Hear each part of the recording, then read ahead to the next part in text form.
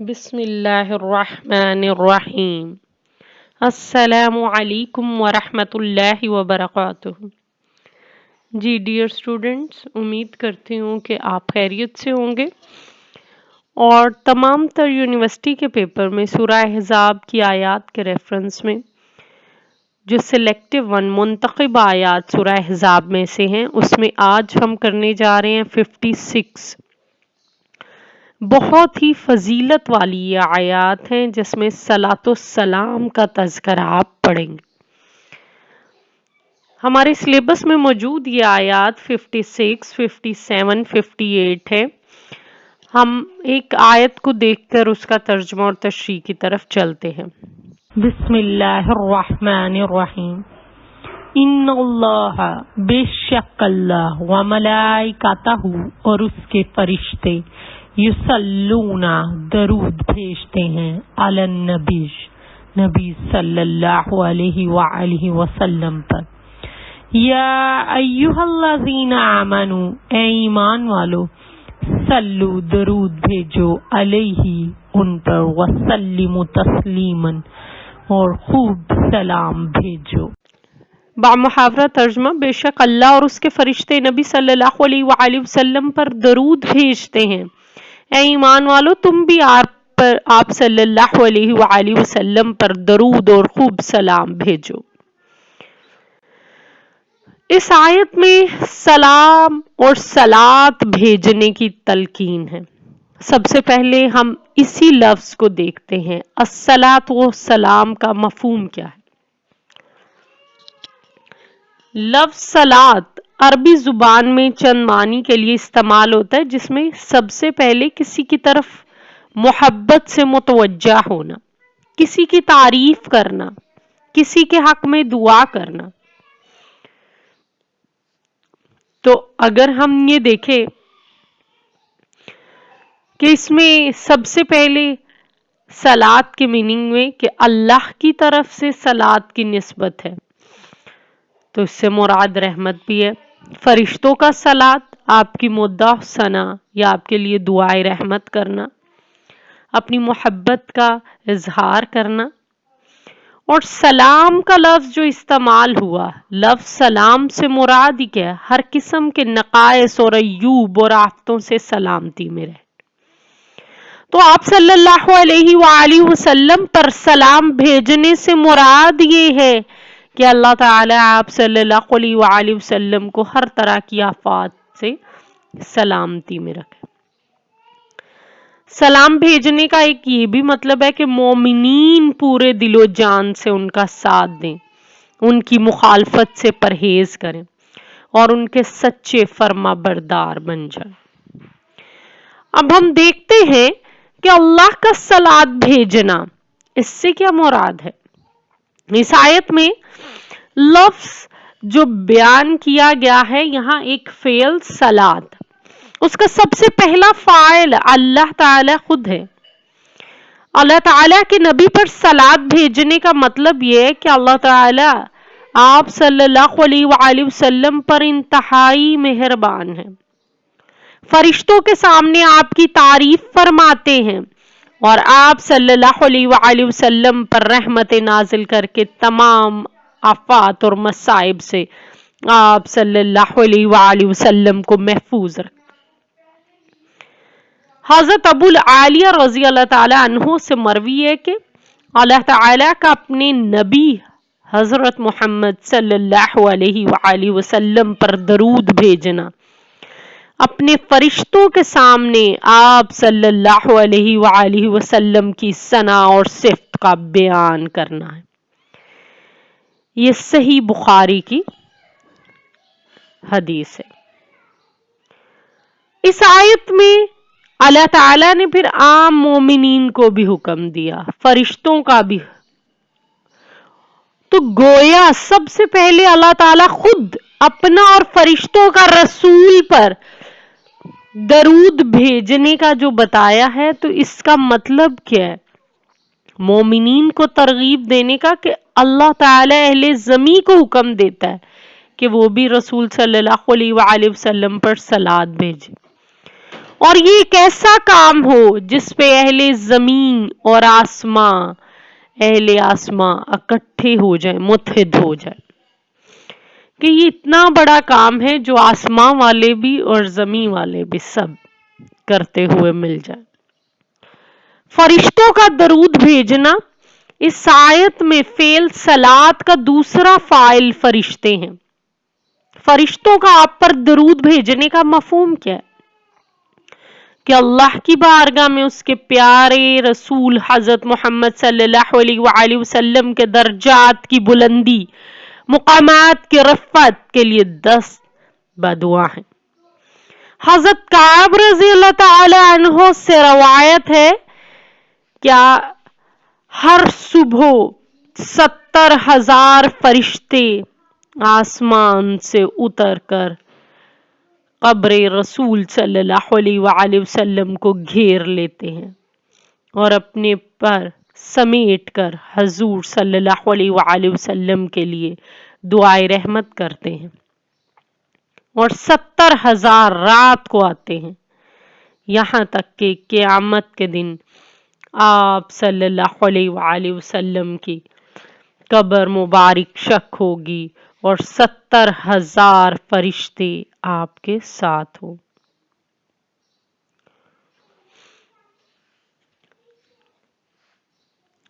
پھر تذکرہ کیا گیا کہ عام مومنین کو درود اور سلام کا حکم دیا گیا۔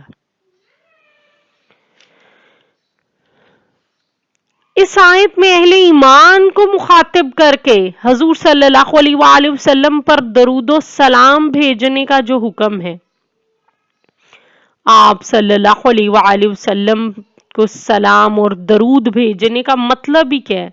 کہ وہ آپ صلی اللہ علیہ وآلہ وسلم کی توقیر اور تعظیم میں کوئی کسر اٹھا نہ رکھیں، دین اسلام کی اشاعت میں پوری طرح آپ صلی اللہ علیہ وآلہ وسلم کا ساتھ دیں، مزید برآں ان کے دل آپ صلی اللہ علیہ وآلہ وسلم کی محبت سے بھرپور ہوں، آپ صلی اللہ علیہ وآلہ وسلم کی توصیف و ثنا میں رطب اللسان رہے، یعنی ہر وقت ان کی زبان اس کام پر مشغول رہے۔ آئمہ کے نزدیک اگر ہم دیکھیں صلات کا طریقہ کیا بیان کیا گیا، تو سب سے پہلے احادیث میں آپ پر درود و سلام بھیجنے کے بہت سے صیغے منقول ہیں۔ اگر ہم دیکھیں تو ہر طرح سے آپ پر جو بھی جس طرح بھی درود و سلام بھیجا جائے وہ باعث برکت اور باعث اجر ہے، لیکن صحابہ کا آپ صلی اللہ علیہ وآلہ وسلم سے الفاظ صلات متعین کرانا یہ بتاتا ہے کہ صلات کا ایک طریقہ آپ صلی اللہ علیہ وآلہ وسلم کو صلی اللہ علیہ وآلہ وسلم کہنا بھی ہے، جسے عام محدثین نے اختیار کیا۔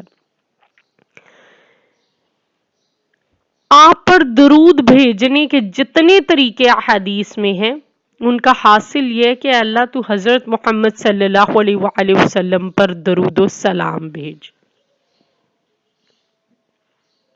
یعنی اللہ سے دعا کی جاتی ہے، کیونکہ انسان آپ صلی اللہ علیہ وآلہ وسلم پر درود بھیجنے کا حق ادا نہیں کر سکتا، جتنی تعظیم اور تکریم آپ صلی اللہ علیہ وآلہ وسلم کی کرنی چاہیے باوجود کوشش کے نہیں کر سکتا، اس لیے اللہ سے دعا کرنا بہت بہتر ہے۔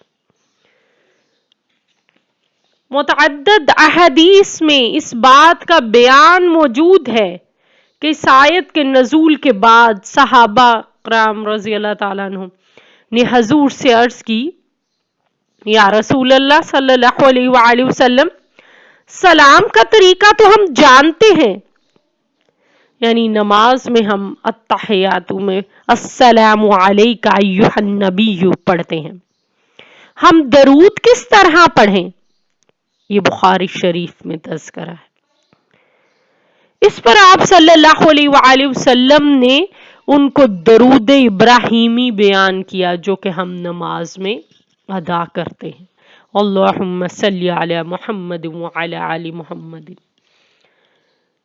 کہ یہ پورا درود جو ہے درود ابراہیمی سب سے معروف ہے، تو صلاۃ و سلام بھیجنے کے لیے اگر ہم دیکھیں کہ آپ صلی اللہ علیہ وآلہ وسلم کے اپنے کچھ ارشادات بھی درود و سلام کی فضیلت کو واضح کرتے ہیں۔ کنز الاعمال میں آپ صلی اللہ علیہ وآلہ وسلم نے فرمایا جو مجھ پر ایک بار درود بھیجتا ہے اللہ تعالیٰ اس پر 10 مرتبہ درود بھیجتا ہے۔ آپ صلی اللہ علیہ وآلہ وسلم نے مزید فرمایا ذلیل و خوار ہوا وہ شخص، ذلیل و خوار ہوا وہ شخص جس کے سامنے میرا ذکر آئے اور وہ مجھ پر درود نہ بھیجے۔ آپ صلی اللہ علیہ وآلہ وسلم نے مزید فرمایا بخیل ہے وہ شخص جس کے سامنے میرا ذکر آئے اور وہ مجھ پر درود نہ بھیجے۔ آپ نے مختلف احادیث میں جو ارشاد فرمایا قیامت کے دن میرے سب سے زیادہ قریب وہ ہوگا جو مجھ پر سب سے زیادہ درود بھیجتا ہے۔ آپ صلی اللہ علیہ وآلہ وسلم نے ایک اور جگہ فرمایا جو شخص مجھ پر ایک مرتبہ درود پڑھے گا اللہ تعالی اس پر 10 رحمتیں نازل فرمائے گا، اس کے 10 گناہ معاف کر دیے جائیں گے، اس کے 10 درجات بلند کر دیے جائیں گے۔ اگر ہم صلاۃ و سلام کی فضیلت و اہمیت کے لحاظ سے فقہا کا بیان دیکھیں تو آپ صلی اللہ علیہ وآلہ وسلم پر درود و سلام بھیجنا سنت اسلام ہے۔ جب بھی آپ صلی اللہ علیہ وآلہ وسلم کا نام مبارک بولا جائے تو اس کا پڑھنا مستحب ہے۔ نماز میں صلاۃ و سلام کا پڑھنا مسنون ہے، اس پر تمام اہل علم کا اتفاق ہے۔ قرآنی حکم کے مطابق زندگی میں ایک مرتبہ آپ صلی اللہ علیہ وآلہ وسلم پر درود بھیجنا فرض ہے، اس پر اجماع امت ہے، یعنی تمام امت کا اتفاق اس بات پہ۔ لیکن امام ابو حنیفہ رحمت اللہ علیہ، امام مالک رحمت اللہ اور جمہور علماء یعنی علماء کی میجورٹی اس بات کی قائل ہے کہ اسے کلمہ شہادت کی مانند قرار دیا جس کا ایک دفعہ پڑھنا مسلمان ہونے کے لیے فرض ہے۔ ایسے ہی ایک مرتبہ درود پڑھ لینا بھی فرض ہے، لیکن صلاۃ و سلام کا موجب اجر و ثواب ہونا اور اس کا ایک بہت بڑی نیکی ہونا اس پر تمام امت کا اتفاق ہے۔ جی امید کرتی ہوں کہ یہ پوائنٹ آپ کو سمجھ میں آئے ہوں گے۔ انشاءاللہ 57 اور 58 والی آیت اس کے بعد ہم کریں گے۔ اللہ تعالیٰ سے دعا ہے کہ اللہ تعالیٰ ہمارا شمار ان لوگوں میں کرے جن کو درود شریف پڑھنے کی عادت ہے اور قیامت کے دن آپ صلی اللہ علیہ وآلہ وسلم کے ساتھ ہمیں ہمارا حشر ہو، ہمارا سامنا۔ آمین۔ السلام علیکم ورحمۃ اللہ وبرکاتہ۔